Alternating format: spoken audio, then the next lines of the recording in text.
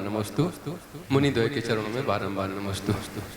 अच्छा, जैसे हम आम बोलचाल की भाषा में आपको नमोस्तु करते हैं, नमोस्तु महाराज जी, नमोस्तु महाराज जी, लेकिन शास्त्रों में मुनिराज आया है, तो व्यवहार की भाषा में महाराज जी कहाँ से आ गया?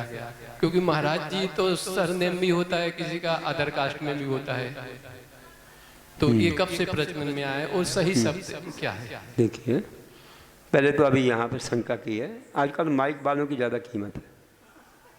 आप बिना माइक के थे, इनके भाव ये थे कि जैसे कोई धन वैभव छोड़ के जाता है ना, यही ना, तो धन वैभव छोड़ के गया तो उसके धन वैभव से कोई अच्छे कार्य करता है तो किसको पुण्य मिलेगा? जो करेगा उसको ही मिलेगा।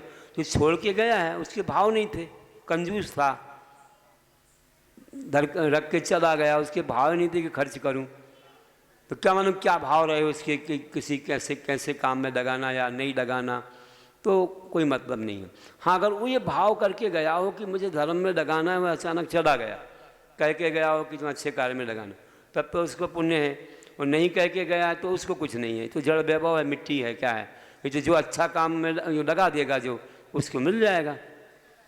नहीं लगाया तो उसको भी नहीं मिलेगा, जो लगाएगा उसको मिलेगा। जो लगाएगा कभी ना कभी तो कहीं लगाएगा ना, धर्म में लग गया तो पुण्य है, नहीं लगा तो नहीं।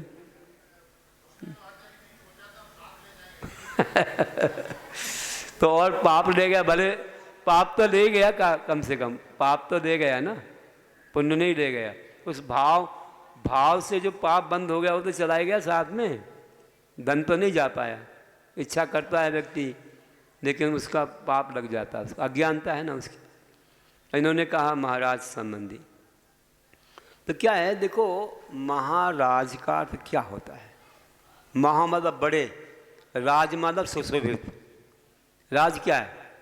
राज मतलब सुशोभित। राज्य अलग चीज है, राज और राज्य में अंतर है। राजते मतलब शोभित होते हैं। जब संस्कृत भाषा पढ़ते हैं ना तो देख लेना राज का अर्थ क्या होता है। तो राज मतलब सुशोभित है, जो बड़े रूप से सुशोभित हैं। तो किसी के लिए कोई लौकिक व्यक्ति सुशोभित होता है, किसी को कोई धार्मिक व्यक्ति सुशोभित होता है। तो राज का अर्थ है जो बड़े सुशोभित हैं, तो आपकी श्रद्धा में भी बड़े सुशोभित है, तो आप महाराज लगा दो। किसी को दूसरे कोई सुशोभित हैं संसार के व्यक्ति, तो उनको लगा देते हैं। तो महाराज का अर्थ ये नहीं कि कोई राजा हैं, क्या राज्य वाले हैं, ऐसा अर्थ नहीं है। राज जो शब्द है वो सुशोभित के अर्थ में आता है। राजित, विराजित, विराजित होइए, मतलब उसका संस्कृत में कि आप उस आसन की शोभा बढ़ाइए। राज में शोभित, भी विशिष्ट रूप में राजित विराजित, विशेष आप इसकी शोभा बढ़ाइए। अब विराजित हुई, आपने शोभा बढ़ाई। विराज का अर्थ ये नहीं कि बैठना ही है, शोभा बढ़ाना। तो महाराज मतलब बड़ी शोभायमान, ये आपकी श्रद्धा है, आप लगाते तो क्या बाधा है।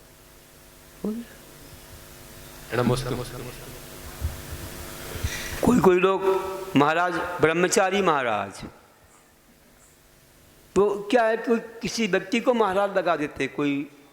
कोई भी एक समाज में अच्छा काम करता है, पंडिताई करता है, कोई कुछ करता है, उसको महाराज बोल रहे। हलवाई को महाराज, अब वो बड़ा सुशोभित है क्योंकि वो अच्छे पकवान बना के देता है, तो महाराज हो गया हो। ब्रह्मचारी महाराज, छुल्लक महाराज, तो ये किसी ऐसे से बंधा हुआ नहीं है। जो शोभायमान है उसको महाराज बोल देते हैं। राजाओं को महाराज बोल देते हैं। वो महाराज क्यों बोलते हैं? राजा अलग है, राजा चीज अलग है, वो महाराज मतलब बड़ा शोभित शोभायमान व्यक्ति है, तो महाराज है।